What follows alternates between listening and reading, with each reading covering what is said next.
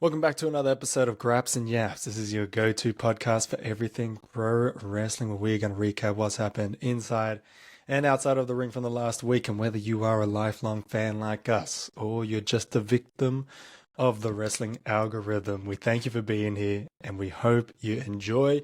For another week of Yaps, I'm Phil Fresh here with you, one half of the show, joined by my other half, my tag team partner, Tony Free TF. TF, have you copped any what's been the reaction since the dropping your top 25 wrestlers? Any hate mail, any feedback, or we're cool now?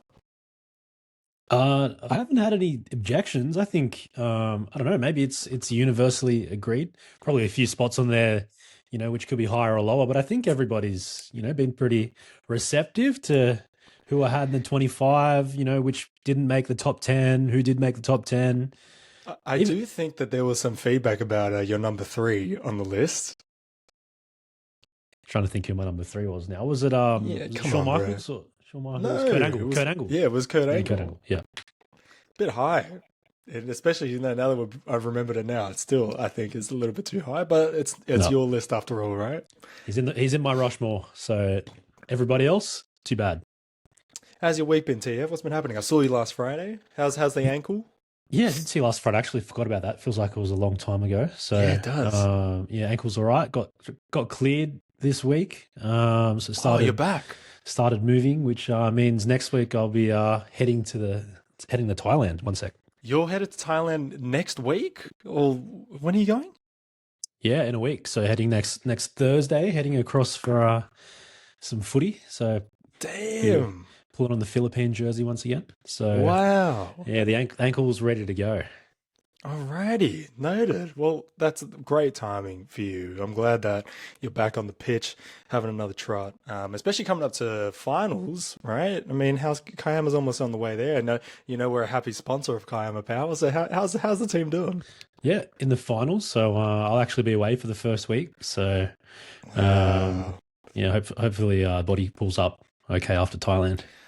Safety. Look, we are going to be getting into the recap of everything that happened. I thought it was, just as an overall, SmackDown and Raw was fantastic this week. I am keen to hear your thoughts on everything that went down, Tony Free. But before we do that, let's get into some outside the ring news. And I want to do it like this, Tony Free. This is something for you, right? Um, you can only listen to one of these artists' songs for the rest of your life. Only one. Who are you picking? The Rock, Montez Ford, or Pat McAfee? Oh, you know what? The Rock can actually sing. I have been very sports entertained by a few episodes of The Rock Show, which we got in the early 2000s. So Oh yeah. I think I'll rock with that. Wait, The Rock show? Yeah, do you remember when he came out like with his guitar and he'd sing when Oh yes. uh, Sorry, I'm thinking after, like an actual TV show. no. The segment was called The Rock Show. Like That's I think it right. was during his when he'd just come back from filming The Mummy or Scorpion King or something, and he Hollywood was Rock. singing as a heel. It was great. Yeah. Yeah, that was man. Is that I want to say that's peak Rock era was when he came Oh, up with the leather vest, so Scorpion good. King, It's my shaved favorite head. version. My I favorite version of think The Rock. I think he is the best one, right?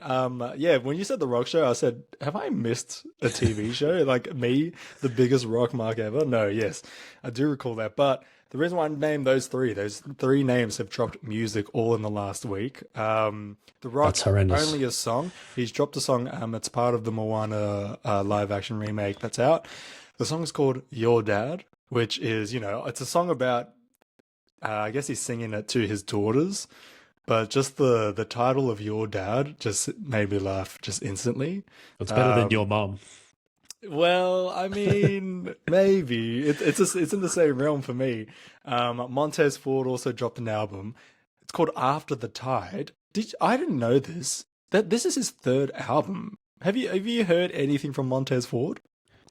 No, it obviously means the first two didn't really do much. Hey, I'll be honest with you. I was giving it a skim the other day. It's not the worst. I've heard way worse music. And speaking of way worse music, Pat McAfee also dropped an album called "The Diary of a Polarizing Figure." Now it's kind of like country, meets hip hop. It's kind of like that new age country where it's like 808s and stuff. It Jelly also sounds like roll. AI. It sounds like some crazy AI. It sounds like Jelly Roll but worse, like a Is there any? really bad version of Jelly Roll. Are there any features on this? From the top of my head, no. I'll have a look. But what about this as a one-line review of the Pat McAfee album? It's a train of diarrhea and disappointment. It's not that is not my quote. I won't reveal the source, but that is a real article you can look up. That could Um, also be the review of Pat McAfee's involvement in the WrestleMania main event this year. Come on, man. Move on, man. Come on. But it was so random that he just dropped an album. I honestly, you have to just give it a skim at least once and let me know your thoughts. The Montez Ford one, though, apparently there's a line where he disses Jey Uso, talking about day one and like doing high knees in Gorilla or something, which is kind of funny. I don't know if that's like, if there's anything there to like poke at, but hey, man, we're getting real life diss tracks. You might need a new one from Jey Uso then. Like he can maybe re-record his theme song. I don't know. He likes getting behind the mic, so maybe he can come back and release his own diss. I love the law of like, because he's had like three different versions of the same song. It would be so funny if it just kept being the same instrumental. Like, Just change the words. yeah. If you did an album and it was like seven tracks of the same instrumental but just different phrasings of the words, someone needs to make that happen, man. We can cook on that. But yeah, big week for music and wrestling. For people like me who are fans of both of those things. But I think that was the only really big thing outside of the ring. I mean, did I have I missed anything? TF? Is this something that maybe that went under my radar? Man, I don't think so. I think it's been a fairly quiet week Yeah, for wrestling news. We didn't have any new developments from what we talked about last week with Perth maybe potentially getting the John Cena Classic. Nothing's come of that. So yeah, very quiet week on the news front. hey man, well, with that being said, let's get back into the recap of the last week.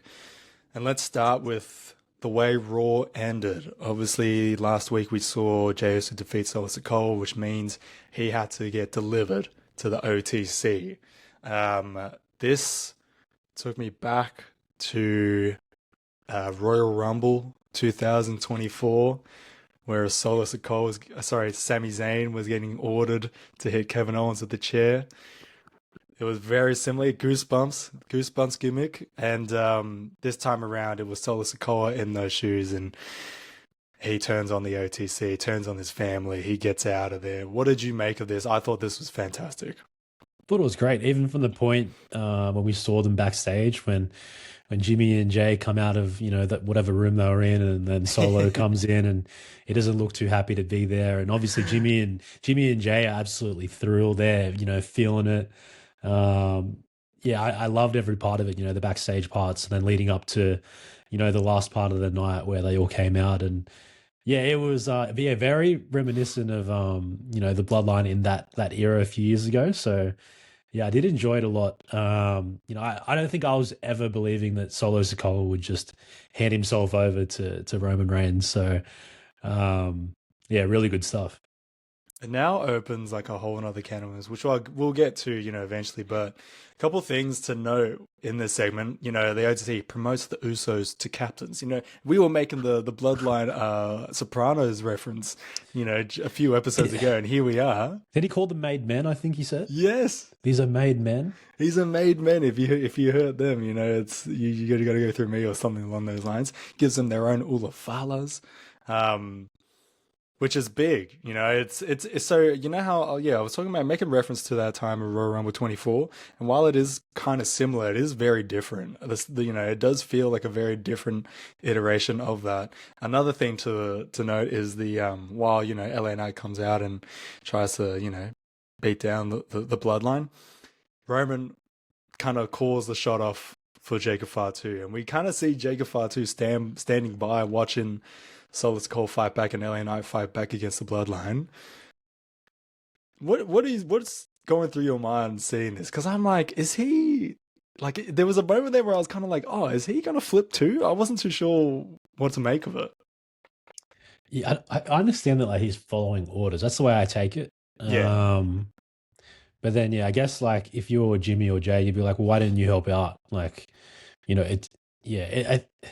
I think there's going to be like some sort of they're like it's already been hinted at, like Jay and Jacob, going at each other. Especially now that Jay's been made a captain and probably is able to boss Jacob around yeah, a little bit more now. So, um, yeah, I think it just opens everything up now to a bit of some power trips happening, some misunderstandings will happen. So, yeah, because as we know, Jacob, as he said, he only answers to Roman and does whatever Roman says. So now that Jay is a captain, yeah, it'll be very interesting because yeah, like Jacob just standing there, just kind of letting this happen. Um, and I guess he can say, oh, I was following the Tribal Chief's orders. So yeah, it'll be very interesting from here on out. and it also gives LA Knight like another, I guess, some backup.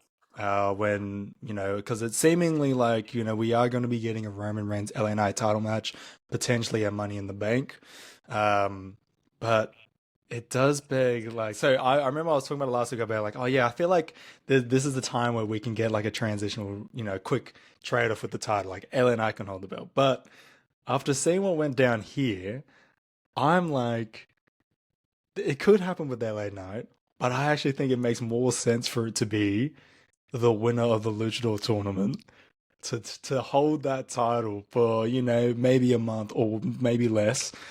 I think this sets up Penta to win the title shockingly in Mexico City on Raw in 2 weeks' time or so, whatever it is. Nah, I can see the wheels turning in your head, Tony. You're smiling already. Now just hear me out. Hear me out. Right? I just feel like there's so much chaos and so much, focus on what's going on with Solo, LA Knight, Roman, the Bloodline, LA Knight as well. That like when this title match happens, right? There's going to be so many moving parts. I feel like in Mexico City of all places, the crowd's going to be hot for it. I just think the son in my gut saying we could get Penta as a world champion in a few weeks. I'll let you respond now.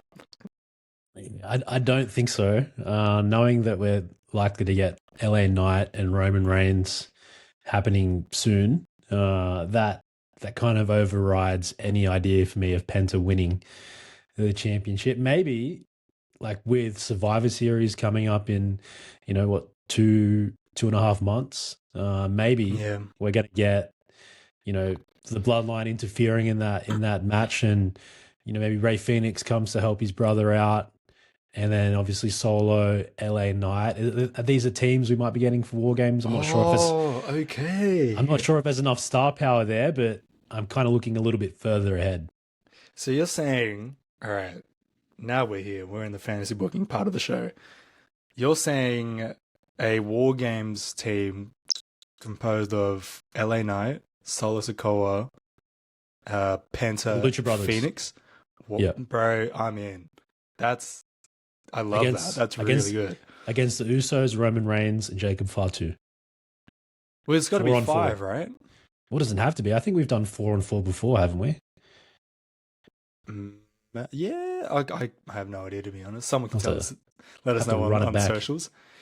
Dude, that's a really good shout. Yeah, we are getting close to, Survivor Series will creep up. So, hey, Hey, War last year- Games match with sorry, what was that? What's their team name again? For whose? Penta and Phoenix? The Lucha Brothers. Sorry, Lucha Brothers. Yeah. That could be something right there. I like that. I like the sounds of that. We also had some more, speaking of the Luchador tournament, we had, Dragon Lee defeating El Higo, Dr. Wagner Jr. God, Lee, that's a mouthful. And then Rey Fenix defeating El Fiscal, and then La Parca had won his match on AAA. Still confident that we're going to get that Lucha Bros final? Yeah, I don't know. It's either going to be Rey Fenix or Dragon Lee, and I know like Not Penta? Well, in the final, isn't it Penta versus the winner of DragonLee and Rey Fenix? Oh, Isn't that no, the bracket? that's what I mean. Like, I mean in the final. Oh, Yeah, the final yeah. final. No, I think yeah, Penta. But Right. it'll be interesting to see who he matches up with in the match before that. You know, if it's going to Mm. be him versus Ray or him versus Dragon Lee. I think maybe they're really pushing Dragon Lee, but I think regardless of that bracket, Penta goes through. Yeah. I'm excited for them. I'm already thinking about it, and I hope they don't like, because it's the obvious answer, like they don't like switch last second. But I'm really excited to see a Roman Penta match, and hopefully we get that soon. So from the ending of Raw, let's take it back to the beginning of SmackDown in what I thought was a very refreshing start to SmackDown, one that, didn't insult our intelligence, the viewers' intelligence. It's a segment that made sense to me, and I think, and I'm keen to hear your thoughts as the Chelsea Green mark, but I think that this was kind of a star-making moment for Chelsea Green on SmackDown. Yeah, this was one of the best promos you'll ever see because it was just, you could see it was just like she was just actually speaking from the heart. It was raw. She had tears in her eyes. It was, full of emotion, and she spoke the truth, which, we all kind of knew, like we all kind of know and we've heard. So, yeah, I think it was a great way to blend that into like the kayfabe part of WWE. And I thought, 10 out of 10 here. This was this hit everything. And best part was like, I legitimately thought, oh, they've really taken the title off her, and thank God she's Yeah. still holding it. It was so, yeah, like Chelsea Green, especially with Unreal, the last three seasons that have come out, she is like a crowd favorite, like a genuine crowd favorite. People are backing her. People want to see her succeed. So putting her in this position where it's like Aldous has to strip the title because she is injured, it all makes sense. You're kind of like, we've seen this before. We know what's going to happen. She's going to lose this belt and it's going to get given to someone else. It just was really well played. Like, and shout out to, Nick Aldis as well, who, sold it really well. Chelsea Green just been doing Chelsea Green stuff. We want to see her succeed. We want to see her win, and basically giving her, hey, you've got 30 days or something. Find a mask, do whatever you need to do. But I won't strip it off you. But you have to fight through this. And what ended in Chelsea Green holding up the belt. The crowd was super hot. I can't remember where they were, but the crowd was super hot and just being like, we full support and whatnot. Which is why it made the next moment so funny and unexpected. I legit laughed out loud when this happened. You hear Gunther's music happen I thought as Chelsea Green. I thought it was a great way to like solidify that Chelsea is like one of the top superstars, male or female at the moment. Like to have Gunther involved in that segment. But It was great. it was just so funny because it was just like she's like, I'm gonna fight, I'm gonna defend this title, and then all of a sudden hearing that dude, I'm like, wait, what? It was kind of like, wait, hold, wait, what are you doing?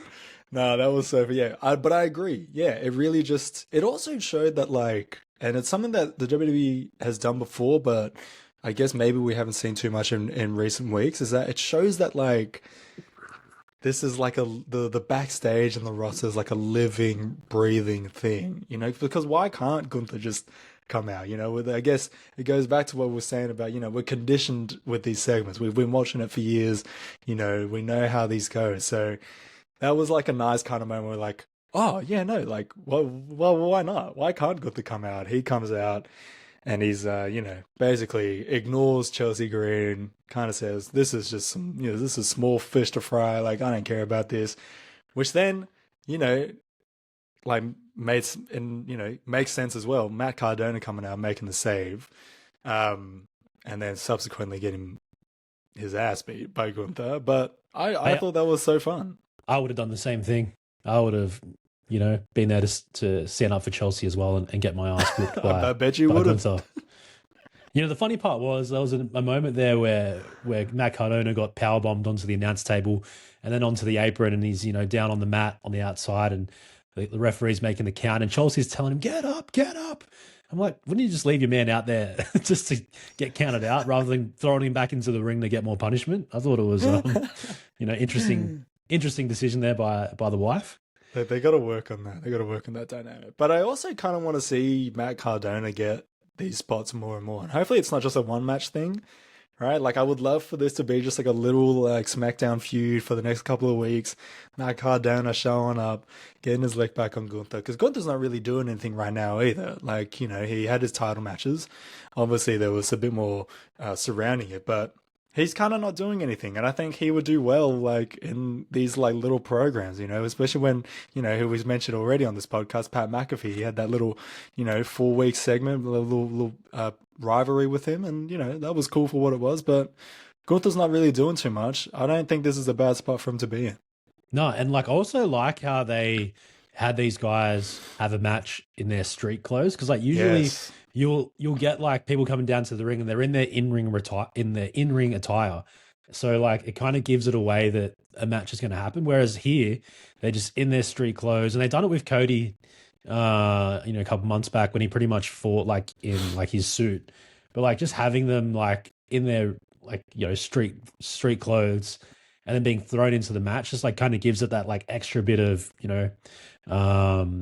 like a bit more spontaneous around them Yeah. making matches, which I think is like was a nice little touch, something they don't really do too often. So it's good to see them do it.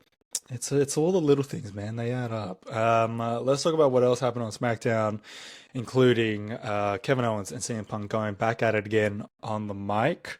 The title matches this weekend, I didn't realize. It's so quick, but we kind of see them face off on the mic one last time before they get into this match this weekend.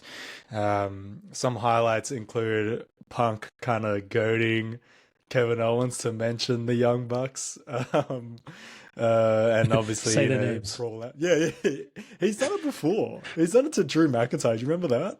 Yeah, when he was talking about Vince McMahon saying, "Oh, who Yeah, it's chose like, you? what Who was his chose name? you?" Yeah, like I don't know. Punk is nice at like kind of twisting the knife while it's in there. There's a couple nice little references here. Reference their interaction from the Indies backstage, and Kevin Owens bringing that up as well. These two are great on the mic. I mean, we didn't. I thought that like while this was a good segment, we didn't really get anything else or anything new to the stakes. Like the match is already hype as it is. But now we got a match this weekend. What are your thoughts heading into this title match? Where do you see this one going?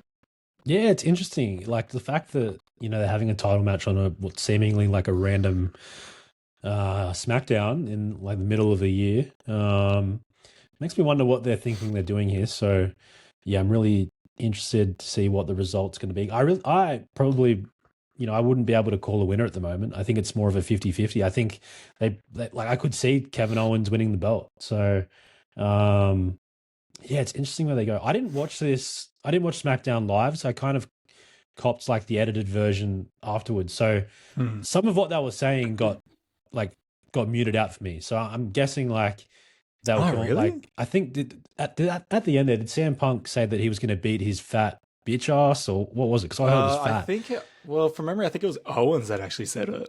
Yeah, I'm gonna beat your bitch ass or something like that. Oh, so he said bitch ass because I didn't hear that. All I Yeah, heard was like it went mute, and then CM Punk said I'll beat your fat, and then it went mute again. yeah, So yeah, yeah, yeah, yeah. I didn't get all that. Yeah, no, that was yeah, a lot of bad words being said on SmackDown last week.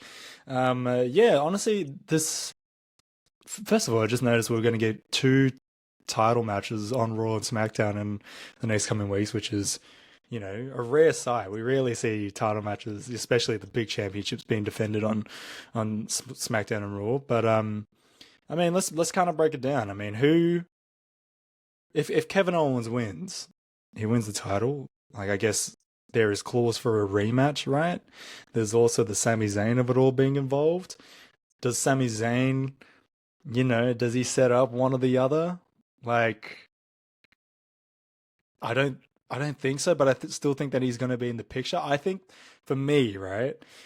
I think this is what we'll get, and it probably makes the most sense is CM Punk retaining the title, but I don't think that this will be the end of the feud. Yeah, I mean, like as I said, like I don't know who actually wins, but I can also see it ending in a DQ or a no contest or something where we don't actually get a definitive result. So, yeah, I feel like maybe the fact that it's in Canada makes me think that Sammy's somehow going to be involved. And then like, does that bring Cody in as well? And Cody obviously still has his little thing going on with CM Punk. So there's a lot of different moving parts here, Hmm. which haven't been directly involved as of yet, but it Yeah. might all open up this week in Canada, I in just hope that it Toronto. gets. Yeah, I hope that it gets like enough time as well, because I I don't remember. Yeah, they this would be the first time that they fought, right? Like, I guess since Punk being back, I guess we've seen them interact backstage and on the mic, but in a match, this will be the first time, I believe. So It would be, yeah, excited to ever see how this one goes. Yeah, first time ever. Yeah, you're in right. WWE. Yep. Yeah. Hopefully they get enough time to tell that story and get the crowd involved and just suspend belief for a second. So we'll see how that one goes. On Raw, we're trying to find out who the future of WWE is. It's been a story that's been told for the last 3 to 4 weeks since SummerSlam between Oba and Braun, and we finally have a match set for Sunday night's main event coming up. Paul Heyman kind of pulling the strings for this one, setting up the match, and also kind of Mm. looking back to his mischievous, kind of conniving ways where Braun Breaker, who, they have that relationship as part of the Vision. Not too sure where his allegiance lies. What do you think of this? Yeah, I think I've really liked it. It's just weird that the match itself is happening Sunday night's main event. I thought maybe this is probably a spot for like a bigger, like a PLE, maybe like Money in the Bank or something. So I feel like it is coming around kind of quickly, these two having a match, because it's kind of just been, Bron's obsession with Obafemi at the moment. And like that's been the first like real face to face, like back and forth between the two this week on Raw. So it kind of feels a little bit fast and I don't know, maybe it is a little bit rushed, but yeah, the Paul Heyman part is very interesting because I think Braun still probably thinks that Paul Heyman is still working, with Braun and the Vision, but it doesn't look like it's the case, not to us anyway. So I don't think I mentioned it a few weeks ago, but I don't think that Paul Heyman's a Vision guy, and I do think that Paul Heyman, I thought it might have happened at SummerSlam, but I do see Paul Heyman as an Obafemi guy. Well, Paul Heyman, Obafemi, I think, has earned Paul Heyman's respect, right?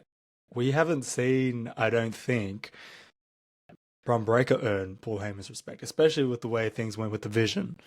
It's been some time since they've been, on the same page. But I just remembered it as well, that Obafemi's impression of Bron. I thought that was great. I wasn't expecting it, Oh, that and was I loved it. unreal. It sounded And, really good. and then like just straight back into like his accent, like it was just like it came out of nowhere. Seamless. And Seamless. I was watching Bron's face because like he must have been close to breaking character there. Like it would have got him. One of my favorite games to play every week is Who's Gonna Break, and you kind of see. Actually, you know what we didn't talk about? So the Bloodline segment on Raw this week. So Solo Sikoa spikes Roman Reigns, right? Then he reaches into his pocket and then does like the pew The pew. pew. Did you see Jacob Fatu in the background of this? No, was he smiling? Was he? He was trying so bad to lock back into being a heel. You know He was smiling and like borderline like laughing. that's funny because it was Solo in that exact same position when Sami Zayn was in the Bloodline, and he'd be standing in the corner trying to be the tough guy, wouldn't say a Fighting word, for his life. and he was fighting for his life, trying not to laugh. Dude, it's one of my favorite things. And then, you know what? If you're listening right now, I'm sure you play it too, but it's a fun game if you haven't tried it. Just watch the outside players and just see who's going to break first. But going back to it, yeah, I don't even think Braun was ready for it. You can kind of see it in his face.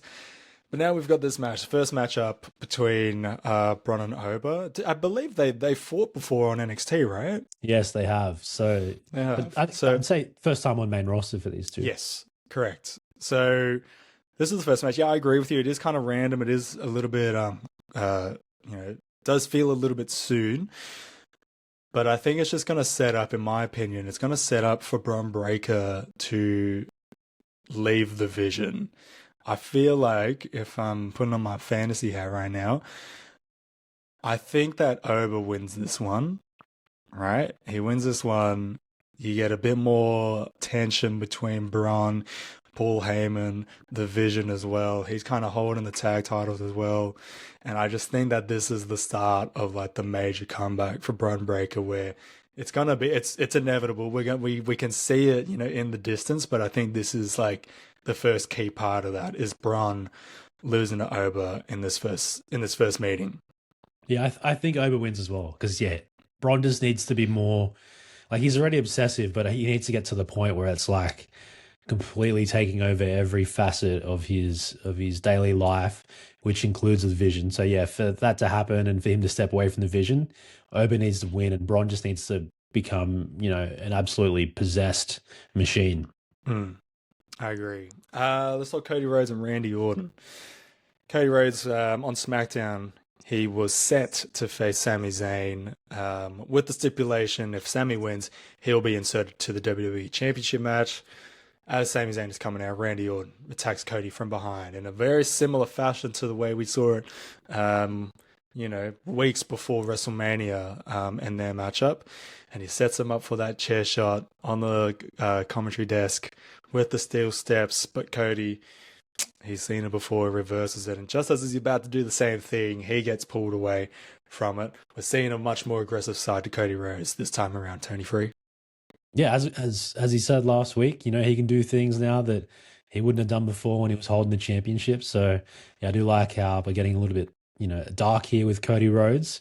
I don't think we're ever going to get a heel Cody Rhodes for at least, the next little while, next couple of years. But if Cody can dig into his bag and, have to dig deep, do whatever it takes, I love to see it because we know Randy can go there. I think Cody can, but I think that the WWE audience probably needs to be reintroduced to that Cody. I saw there's a writer, wrestling mark as well, lifelong mark, David Shoemaker from the States, big fan of his work, Peter Rosenberg as well. These guys were talking about the potential of re-entering the Four Horsemen or just the Horsemen stable to today's WWE product, fronted by Cody Rhodes. With who else? Well, that's what I wanted to ask you, because the idea of it, I'm like, well, this makes sense, right? And it's the exact opposite. Dusty Rhodes, Cody's dad was fighting the Horsemen for how many years? It's one of the greatest rivalries of all time. Wouldn't it be something and very heelish for Cody Rhodes to start his own Horseman and then start a faction and just have some backup? And I've just been thinking about it to I think I saw it a few days ago, and I've just been thinking about it. I'm like, man, this is such a great idea. But yeah, I don't know who you put in the faction. That's my question to you, Tony Free. Who would you add to that? This is the thing. Would they be guys that are mid-carders right now, or would they be guys who are, in that upper, main event picture? I don't know. I really don't know. I think one name that comes to mind is an easy lock in for me, given their, off-screen relationship, would be Ricky Saints. Yeah, Ricky Saints is one. Maybe Royce Keys. I like you. He needs some muscle. He needs some muscle in there. So Royce Keys, because I don't know what he's really doing at the moment because he got tongue and death gripped. He got tongue and death gripped, but yeah, I don't know. This is I don't think this happens anytime soon, but I think this is, maybe the next year, maybe 2 years. This is something that I'm like, this needs to happen now. And maybe he can take a Mello or someone with him as well. What would be kind of, imagine, right? Randy Orton's part of the Horsemen. Yeah, that could work like too. The Ric Flair of the evolution. The Ric Flair evolution. Randy Orton sits in that spot. You got Royce Keys as the muscle, the Batista spot. Cody is obviously Triple H. And then Randy, it could be a Ricky Saints. It could be Carmelo Hayes. That's really not a bad shout. Dude, can we get that happening? I mean, we know WWE listens to us. You guys, just give us a little nod on TV when you hear this episode. But the only thing is, we just had the Vision as the probably the really similar stable to what Evolution was in terms of you had the guy who's currently the present, and then you've got the future underneath. They didn't really have I guess Heyman was the older Oh, wise the man of flair. the yeah. But I don't know. Maybe it's too soon from the vision and what a cursed faction that's been. Hey man, it's just something to keep an eye on. All right, I'm already invested in it, and there's no even tellings of that happening on TV. But anyways, um, dude, there was so much good wrestling this week. You know, on this wrestling show and this wrestling podcast that we do, there was like really good wrestling, both on Raw and SmackDown. So we got to start off with the Intercontinental Championship match. Chad Gable defeating Rey Mysterio. There was so many times in this match that I was like, "Oh, he's losing the belt already." Well, I think the crowd thought the same too because it looked like Ray was going to get the win there for a little bit when he was aiming up for So many the counters. 619. Yeah, like it was all happening. Um, it was such an exciting match that like, and it went on for a bit too. Like Chad Gable, obviously we know he is fantastic. Rey Mysterio, Hall of Famer. But what I don't think gets mentioned enough is that Rey Mysterio, at his big age, is still moving like that. Yes, he's had some injuries. He's had some like knee reconstructions or was it stem cell, whatever it's called. Um, but he is still moving like almost as if he was moving in 2006. Yeah, I don't know how he does it. It's actually a miracle that he's still doing that at that age. So all props to him. And the thing was, like, we got this match after we'd had like two of those World Heavyweight Championship qualifier matches from Luchadors. So Yeah. very lucha heavy show on Raw. So yeah, it did make for some fun viewing. And even like, when Flick was next to me when we were watching it, she was like, "Oh, this is actually like good to watch because they're so flippy dippy and doing all this fun aerial fast paced things." So yeah, really fun show to watch for those wrestling fans, like real wrestling fans out there. For the real graps. Speaking of 2006, I've been noticing it the last few weeks, but Rey Mysterio has been wearing that like kind of the loose pants, Yeah, I've noticed the that too.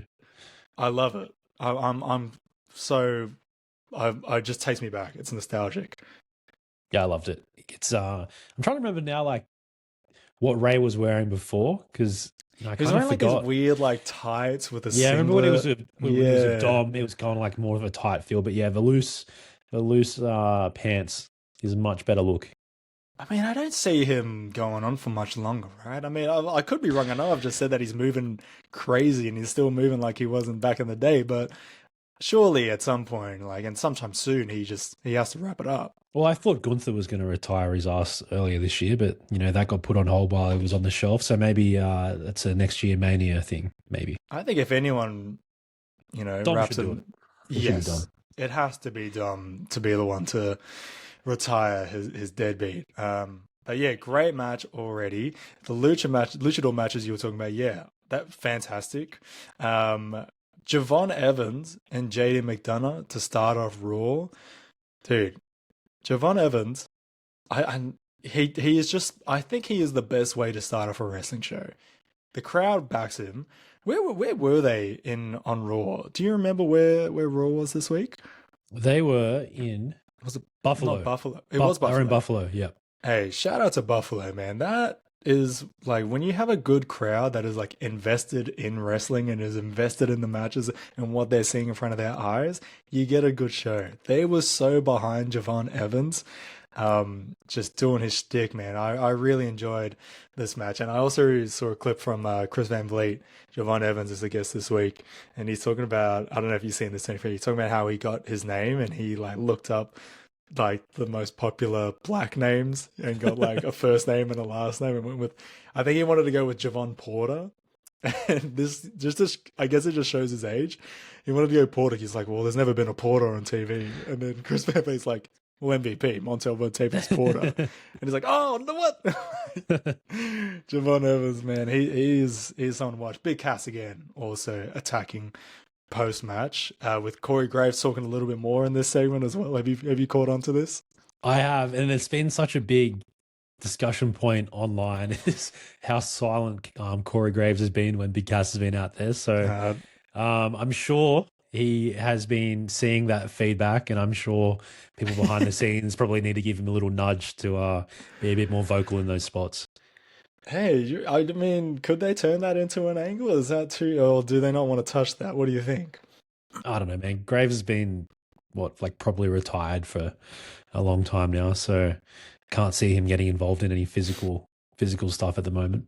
I mean, I wouldn't rule it out. Imagine like, I mean, we haven't really seen Big Cass, cut a promo. He's come on backstage, but not really in ring. It would be nice, and I love when wrestling gets real. If he's just like, and by the way, I thought there was two commentators on the desk, not one. And he starts, G'ing him up, and then maybe you get that sets up for a save of, I don't know, Gable or Javon Evans or whatever. Lyra Valkyria defeated Sol Ruka. I really think that Lyra Valkyria is doing great work with this new character. Wait, I think Sol won that. Sol won that match, didn't she? Did she? I'm pretty sure she did.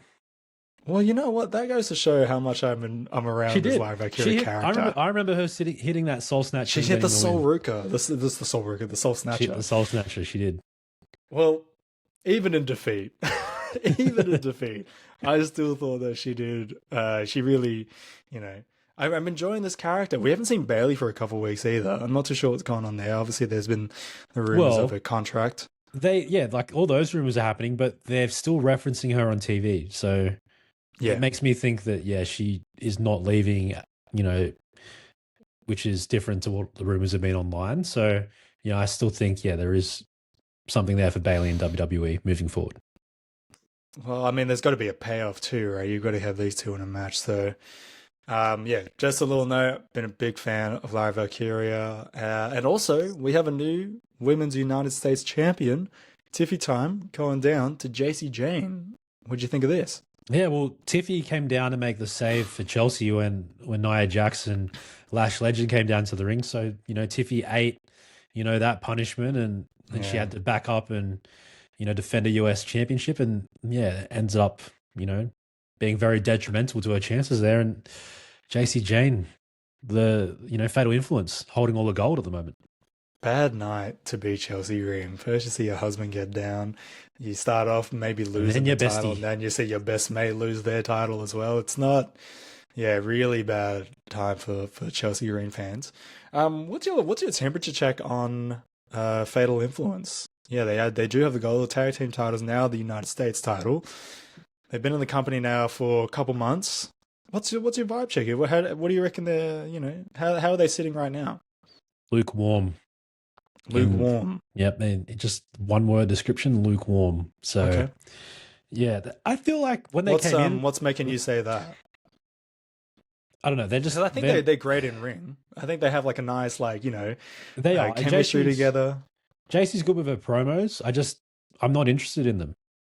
I don't know. Yeah, okay. It hasn't connected for me. So, it felt like putting the tag titles on them was a little bit forced. Didn't like the fact that they injured Chelsea.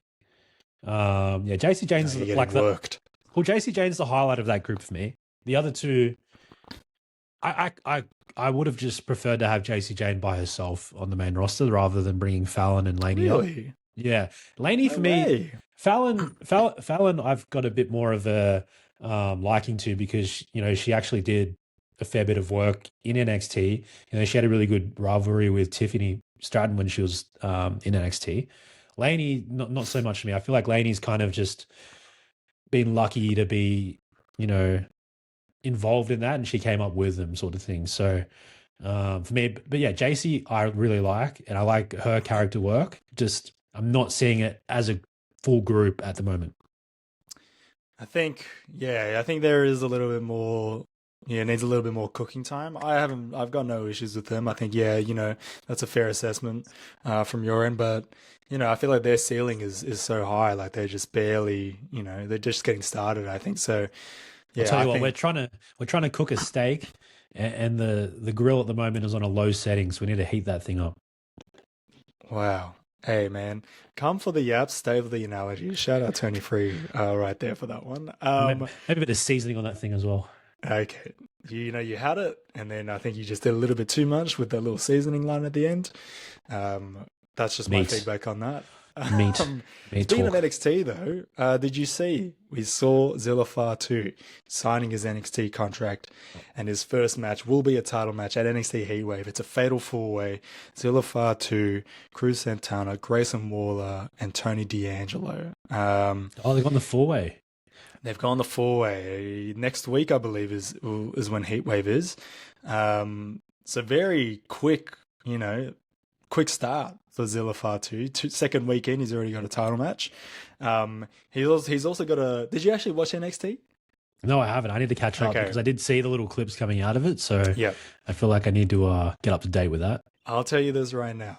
They need to change his entrance music. It Oh, is no. the most He got Def Rebel. generic. Like, yeah, he got Def Rebel, but it doesn't even fit him, right? Like, it's kind of like this weird, like, rock kind of they genre can't. style. You're like, I think if there was anyone that doesn't need a rock theme song, it's Zilla Fatu. Like, what are we doing? Like, with this, yeah, it's very generic, and it's only week one, but I hope that they fix that and change it and give him something a little bit more fitting. The other thing is, and I thought I was hearing things, but then I went online and I found out I wasn't the only one that heard this. Zilla Fatu's cutting his promo, and he goes to say something like, "I'm out here to prove that I'm not another Nepo baby." But he kind of says it weirdly, and he says, "I'm out here to prove that I'm not another Nympho baby." And I was like, I legit rewound it like twice, and I'm like, did he just say what I think he said? And I was like, nah, maybe he did. Nah, I'm tripping. And everyone called it online. So week one, calling himself a Nympho baby. Hey man, you got to sort that out. Oh man, I need to go watch this. It sounds like I've missed a fair bit. And the other funny thing as well is like, his thing is like saying hello. Like he said it before he hit the splash last week. He's cutting promos, and people are like kind of treating it like Jey Uso, where they say yeet in between, but instead of saying yeet, they've been saying hello. Yeah, but it just sounds like it doesn't even feel right. Like it feels like someone's interrupting every time. Like hello, it's like, oh yeah, hello. No. Hello to you too. Say man, it's only week one. I'm just picking at him, but I'm excited to see where it goes. How long do you reckon we have Zilla Fatu in NXT before he has a call up? 1 year. 1 year, I think the same as well. So yeah, well, it's August now, so I'd say by next August, main roster. He's probably in a War Games match next year. Hey, he could be in the War Games match this year. He could be, but I don't think they will. I was looking back through, the teams of the last few years.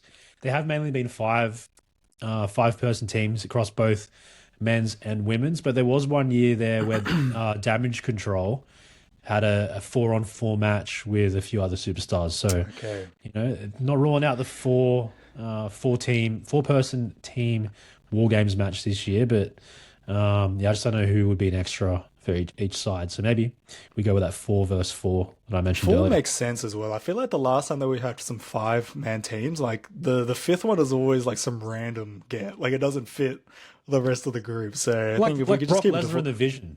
Yeah, or like when it was the Bloodline and Bronson Reed. Or you're kind of like, well, this is like a loose, yeah, I guess I can kind of see, but it doesn't really make any sense. This guy's Samoan, but he's not actually part of our family. So maybe he can be in there.